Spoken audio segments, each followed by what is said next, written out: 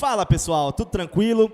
Hoje nós estamos começando a nossa série O Historiador e a Sua Obra. A gente vai começar essa série entrevistando historiadores que trabalharam temas relacionados à história da Amazônia.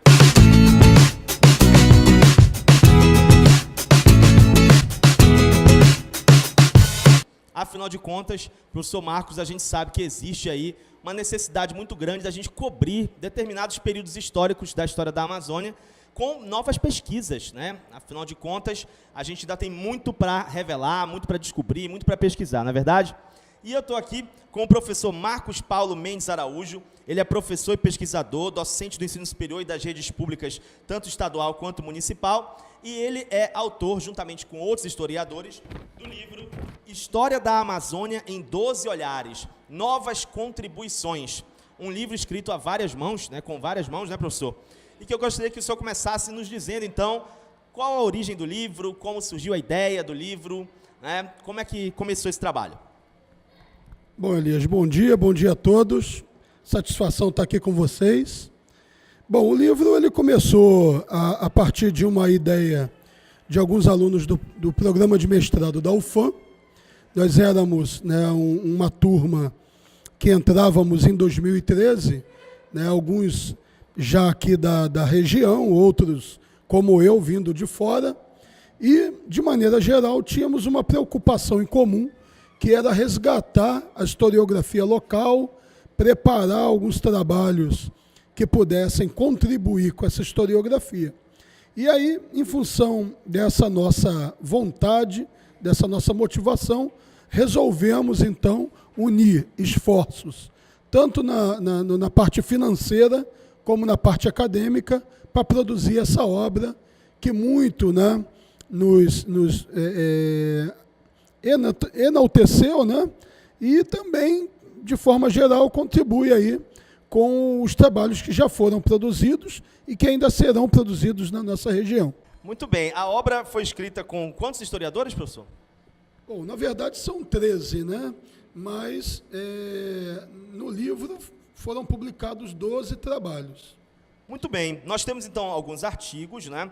Alguns deles são resultado dos trabalhos que foram desenvolvidos pelos historiadores na dissertação, no programa de mestrado deles, e o seu se chama Viagem ao Sertão do Brasil, o relatório de Francisco de Paula Castro sobre a expedição de Carl von der Steiner, né, ao Xingu em 1884. Primeira pergunta sobre o seu trabalho especialmente é: como é que nasceu esse tema, né? Às vezes a gente tem um tema e vai ver se a gente consegue encontrar as fontes, e às vezes a fonte chega até a gente e nos inspira sobre o tema. O que veio primeiro nesse caso? Bom, no meu trabalho, especificamente, o que veio primeiro foi a fonte, né?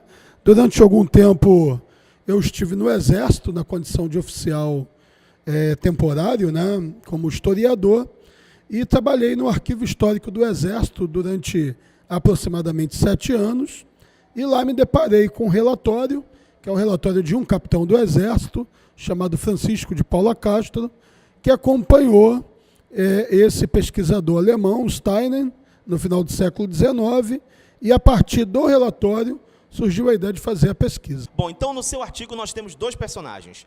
Um é o Francisco de Paula Castro, né, o capitão que acompanha a expedição, e o outro, assim, personagens centrais, né, vamos dizer assim. E o outro é o alemão, que vem aqui fazer essa expedição, né? Eu queria que você falasse sobre esses dois personagens para a gente, sobre um pouco do que você descobriu acerca de ambos, da história de ambos, né? E o objetivo de cada um deles nessa expedição. Bom, vou falar primeiro do Steiner, né, que é, digamos assim, o personagem central da expedição. Era um médico alemão que, ao final do curso de medicina, não muito diferente de outros de sua época, resolveram dar uma volta pelo mundo, no melhor estilo ali do Charles Darwin.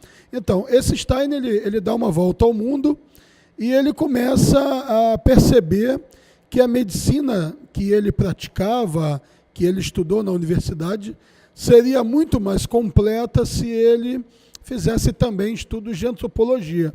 E aí surgiu uma ideia, né, de estudar povos nativos de diferentes lugares do mundo, inclusive no nosso Brasil e na nossa Amazônia. E o Francisco de Paula Castro era um oficial da segunda metade do século XIX, um oficial do Exército, que cursou a escola militar numa época de transição, numa época em que chegou aqui as ideias do positivismo, né? E esse camarada, ele acabou acompanhando, né, em função de uma determinação legal do governo, a expedição do Steiner na figura de observador. Ele foi ser um observador da viagem. Bom, você mostra no seu trabalho que as pesquisas do Steiner aqui na Amazônia, elas foram marcadas por várias polêmicas, né? Por desconfianças, inclusive da Sociedade Geográfica do Rio de Janeiro. E aí você trabalha, por exemplo, a questão do suposto pioneirismo da expedição dele ou não. Eu queria que a gente conversasse sobre isso. Quais são essas polêmicas, quais são essas desconfianças, o que paira sobre essa expedição do Steiner? Bom, Elias, a expedição é o seguinte. No início, a perspectiva do Steiner não era uma perspectiva antropológica, né? Ela tinha mais uma conotação geográfica. A grande motivação dele vir, né, a nossa região, a Amazônia, era efetivamente descobrir o nascimento, né, o local onde nascia o rio Xingu. O rio Xingu já era conhecido, mas na parte em que ele deságua no Amazonas, né? Já havia acontecido, melhor dizendo, algumas expedições pelo lado contrário, inclusive do príncipe Adalberto da Prússia. Só que eles não conseguiam determinar, segundo Steiner, o local do nascimento. Porém, a Sociedade Geográfica do Rio de Janeiro desmentia essa hipótese, afirmando que já haviam mapas, que já havia, né, toda a informação sobre o rio, que não precisava, de fato, um pesquisador de fora vir aqui querer ensinar geografia para os brasileiros. Bom, e aí você tem, então, os relatos de ambos, uma coisa que norteia o texto é isso, né? É aquilo que o Steiner escreveu e aquilo que o Francisco de Paula Castro relatou também acerca da expedição, né? E esses relatos de ambos, eles mostram um pouco de como é que o Brasil era visto, como é que as nações indígenas eram vistas. Eu queria que você conversasse também com a gente sobre isso. Como é que os pesquisadores europeus viam o Brasil naquele momento e os índios naquele momento, naquele contexto? A gente não pode esquecer que nós estamos tratando do século XIX. O século XIX era um século ainda que a ciência estava se descortinando para o mundo, né? Então, assim, não haviam metodologias muito específicas, muito apuradas, para fazer estudos de antropologia ou de sociologia. Todas essas ciências estavam ainda no período ainda de nascedouros, estavam nascendo, surgindo, os métodos sendo trabalhados, pensados. E aí, essas expedições, né, elas funcionavam mais no campo da curiosidade.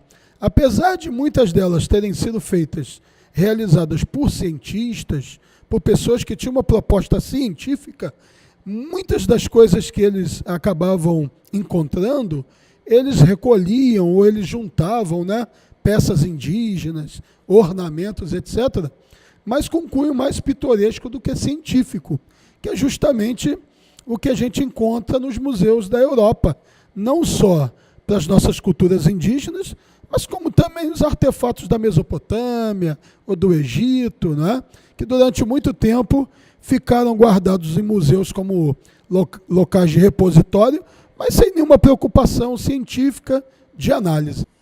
E quando a gente começa a estudar, então, a expedição, a gente percebe também no texto que o Francisco de Paula Castro ele tem uma preocupação em detalhar, né, em apresentar detalhes sobre essa expedição. Inclusive, o texto termina ele fazendo uma referência, né, aos seus superiores, dizendo, olha, releve se em alguma parte do meu relato foi enfadonho, né?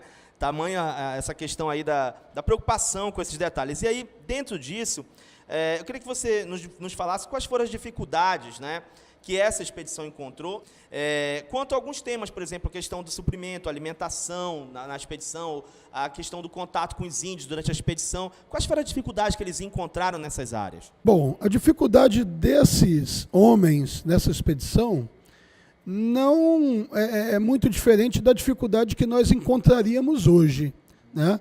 Se você pegar qualquer um sujeito que vive aí integralmente numa cidade como Manaus, né, e colocar na selva, nessa selva bruta, as pessoas também terão dificuldade em função de não saberem exatamente o que podem ou o que não podem comer.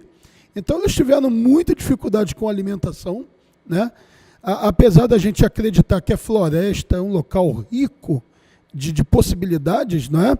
Nem sempre essa é a realidade. Então eles tiveram dificuldade para transpor os cursos de água.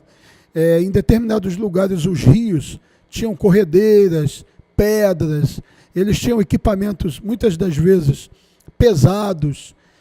Ao longo da viagem perderam animais, né? Eles levavam bois que serviam ao mesmo tempo para carga e também para alimento. Então, durante a viagem, havia muita dificuldade para avançar sobre o terreno em função, primeiro, do desconhecimento. Afinal de contas, essa expedição é pioneira na Amazônia em determinados rincões. Viajaram por lugares que nunca foram antes conhecidos pelo homem branco, digamos assim, né? E ao longo do tempo eles foram tendo dificuldades naturais, né? Encontrar comida, encontrar animais que pudessem ser abatidos e também com as intempéries, né? Enfrentaram chuva, muito calor. Nós já sabemos muito bem como é que é a Amazônia, né? E esses caras sofreram as agruras que a gente sofre até hoje em dia. Com todo o aparato que a gente tem disponível, já é um desafio, imagina naquela época, né? Agora, uma coisa que chama a atenção no texto, e é uma coisa que os alunos sempre gostam quando a gente trabalha, né? É a questão dos bastidores daquela expedição. A gente, quando estuda as expedições, a gente vê várias expedições, algumas turbulentas, né? Outras com problemas durante a viagem das mais diversas naturezas.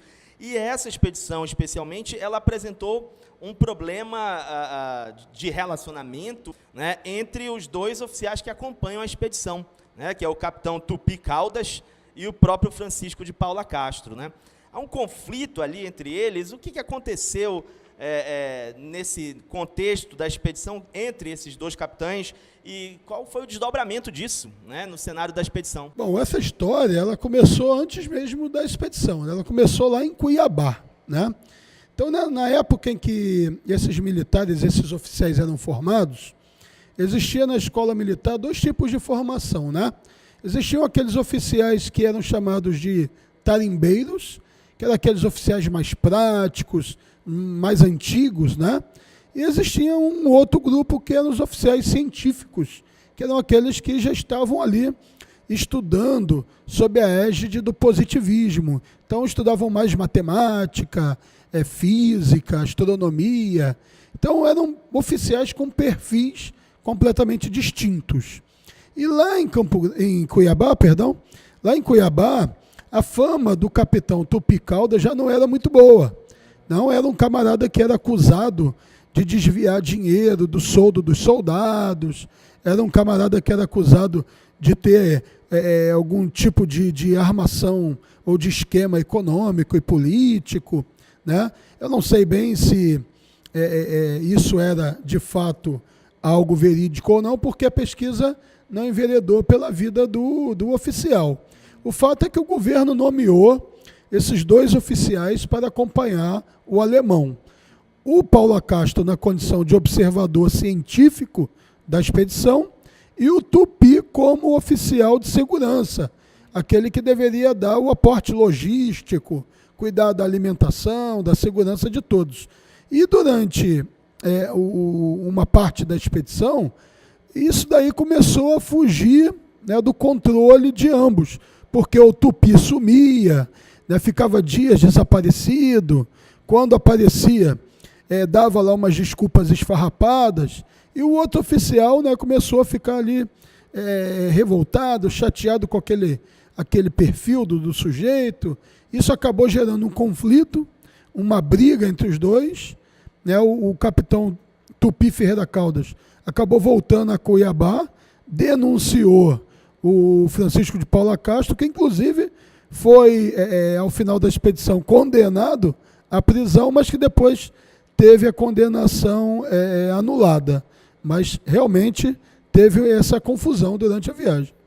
Uma referência interessante que aparece no seu texto é com relação à questão da mina dos martírios, né? Queria que o senhor explicasse para a gente o que seria essa mina dos martírios, qual a relação dela com esse cenário do estudo dessa expedição do Steiner. Pergunta interessante porque é algo que até hoje me interessa, né? Nós sabemos que na história da América, né, desde a chegada dos colonizadores, do contato dos europeus com os primeiros indígenas, os indígenas comentaram com os europeus sobre o chamado mito do Eldorado, né? Então você tem histórias dessa natureza na América do Norte, na América Central e também na América do Sul, de um local repleto de ouro, de pedras preciosas. E isso acabou, né, inebriando a cabeça de muitos viajantes. Na época do bandeirantismo, né, o Anhanguera, né, que foi um bandeirante, digamos assim, um desbravador dos sertões do Brasil, teria relatado, né, por volta de meados do século XVII, em um relatório de viagem, ter encontrado no interior do Brasil um local repleto de diamantes. Mas como a missão do Anhanguera não era recolher diamantes, e sim o apresamento de índios, eles colocaram isso no relatório a fim de voltarem depois para recolher essa grande riqueza encontrada. E como os relatos davam uma ideia de que o local desses diamantes era um local que lembrava, né, a coroa de espinhos de Jesus Cristo, chamaram de mina dos martírios, porque lembrava os martírios do Calvário, os martírios que Cristo sofreu lá nas mãos dos romanos.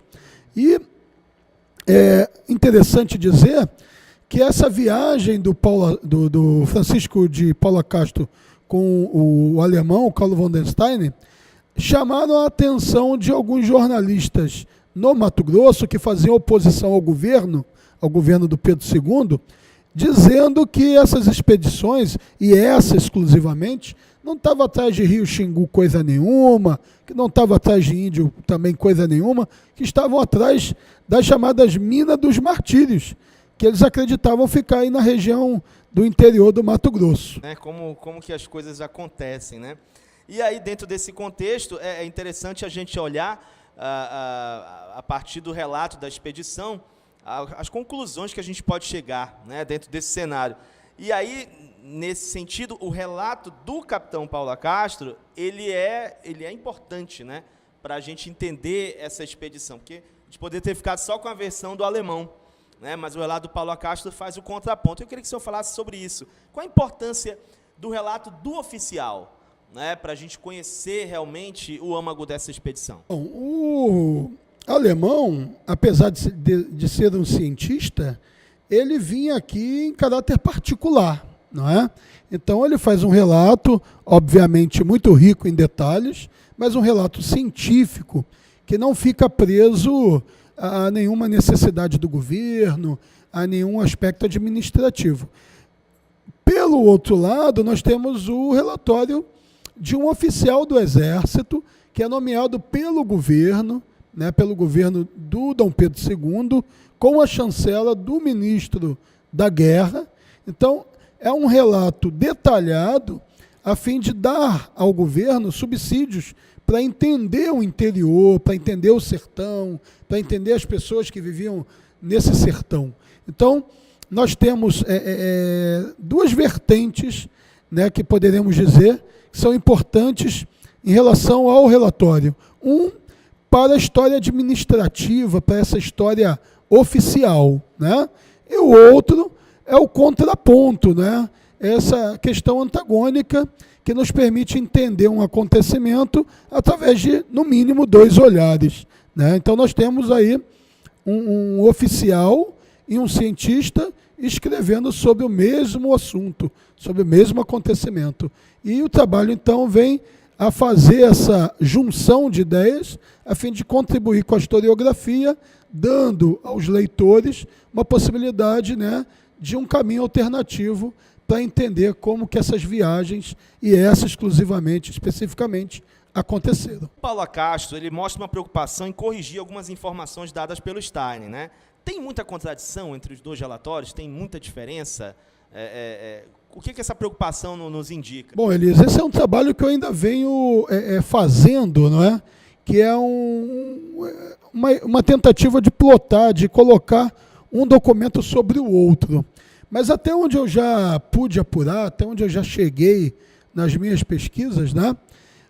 Nós podemos dizer que 50% do que ambos falaram sobre os mesmos acontecimentos são divergentes, né? A divergência mais comum que aparece nos dois documentos é quanto aos dias, né? Os dias em que chegaram em determinados lugares e que saíram. Mas essa divergência, que parece ser mínima, parece ser, né, desapercebida por um olhar menos atento, ela é grande no sentido de entendermos a dinâmica da própria expedição, né? Além dessa questão temporal, digamos assim, existem outros relatos que ambos fazem de maneira completamente distinta. O que a gente pode perceber que havia uma ideia por ambos os lados, tanto do pesquisador como do oficial, de quem deveria ser o líder da expedição.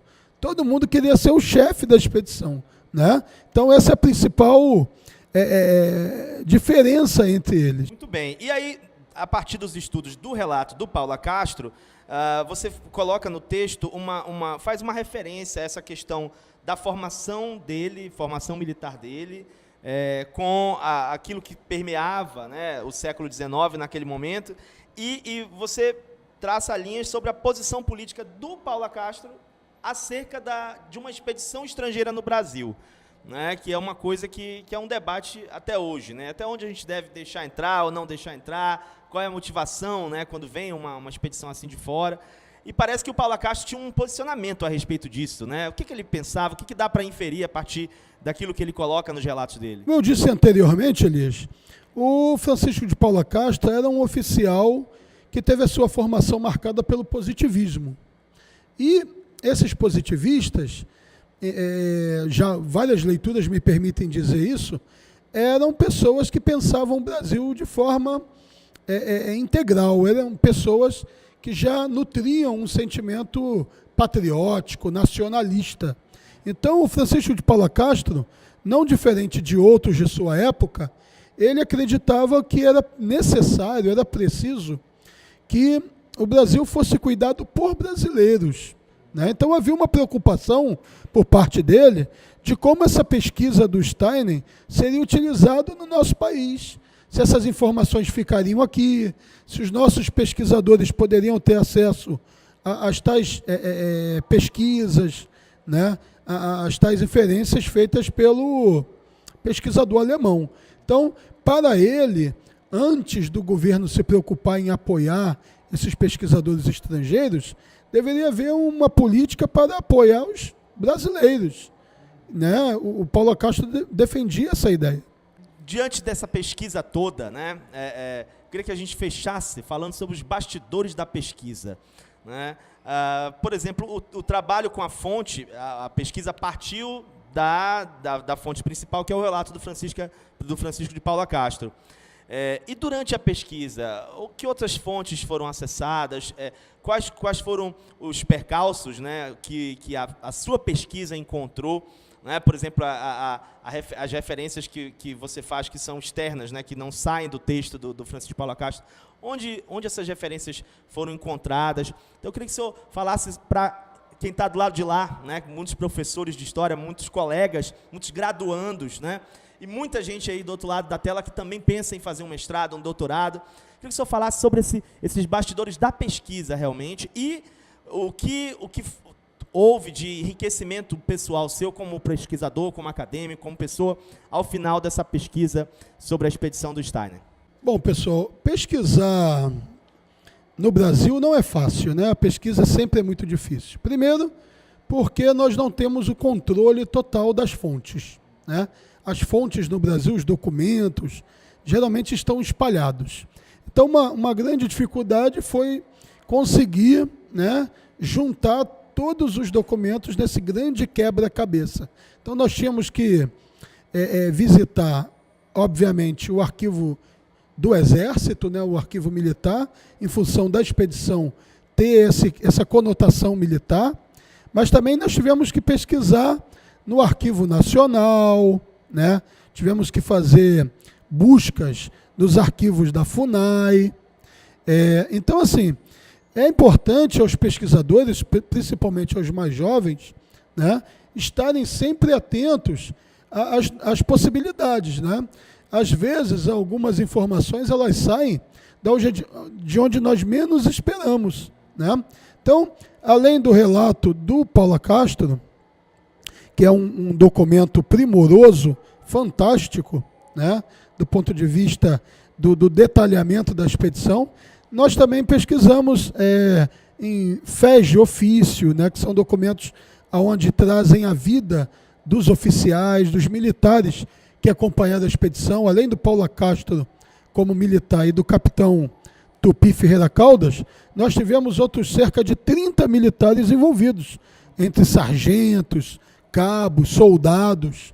Então, os relatos, né, colocados ali nos documentos, tanto do Paula Castro como do Steiner, nos ajudaram a mapear, né, essas outras pessoas. Então nós fomos verificar nos boletins das unidades militares envolvidas, nas alterações desses militares.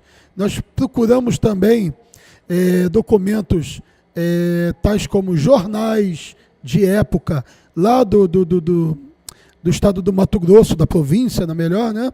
Jornais da época que relataram a viagem, que cobriram parte dessa viagem, documentos do comércio, porque os camaradas eles compraram equipamentos, animais, provisões. Então, foi um trabalho muito extenso, né? Um trabalho que necessitou de viagens, né? Viagem para o Rio de Janeiro, viagem para Mato Grosso, a fim de levantar toda essa documentação para a produção da dissertação, né? E o que ficou foi essa experiência da pesquisa, né? Que eu acredito que é válida para que outras pesquisas possam acontecer e que, para num momento igual a esse, a gente também orientar os mais jovens como deve ser a profissão, a operação histórica, não é? E que as pessoas possam ter contato aí com o livro, possam ter contato aí com o texto e que gostem e querendo, né? Nós estamos sempre abertos aí a conversar mais sobre o texto ou sobre outros trabalhos também. Que agora me despertou, você falando da questão das fontes, né? O relato do Paula Castro, especificamente, como é que estava? Estava preservado, estava guardado, estava onde? Né? Como é que se deu essa preservação desse documento do século XIX? Especificamente, me deu uma curiosidade agora para saber sobre essa fonte especificamente. A fonte foi encontrada no subsolo do Palácio Duque de Caxias, no centro da cidade do Rio de Janeiro. É um subsolo de 3 andares, são 9 metros, né, abaixo do Palácio Duque de Caxias. Nesse local onde o documento foi achado, à época existiam lá cerca de 5.000 caixas box, que o Exército não conhecia o teor dos documentos que estavam dentro dessas caixas. Atualmente eu não sei como isso está, não é? E numa tentativa de verificar o teor dessas caixas, alguns documentos foram retirados por volta do ano de 1999, e um desses documentos foi o relatório manuscrito, né, original do Francisco de Paula Castro, que ele produz ao final da viagem e envia para o gabinete do ministro da Guerra. Então, o trabalho ele foi produzido a partir do manuscrito original, mas depois nós descobrimos ao longo da pesquisa que esse relatório havia sido publicado no Diário Oficial, né, da época, e que também havia uma publicação do final do século XIX do governo da província do Pará, né? Então foi encontrado também uma publicação com esse relatório. Professor Marcos, muito obrigado pela sua participação. Muito obrigado pelas suas contribuições com a história da Amazônia e fica aí o convite para retornar ao nosso canal e falar sobre outros trabalhos que o senhor esteja desenvolvendo. Obrigado a todos. Espero que vocês curtam a obra e curtam os textos que estão publicados nela.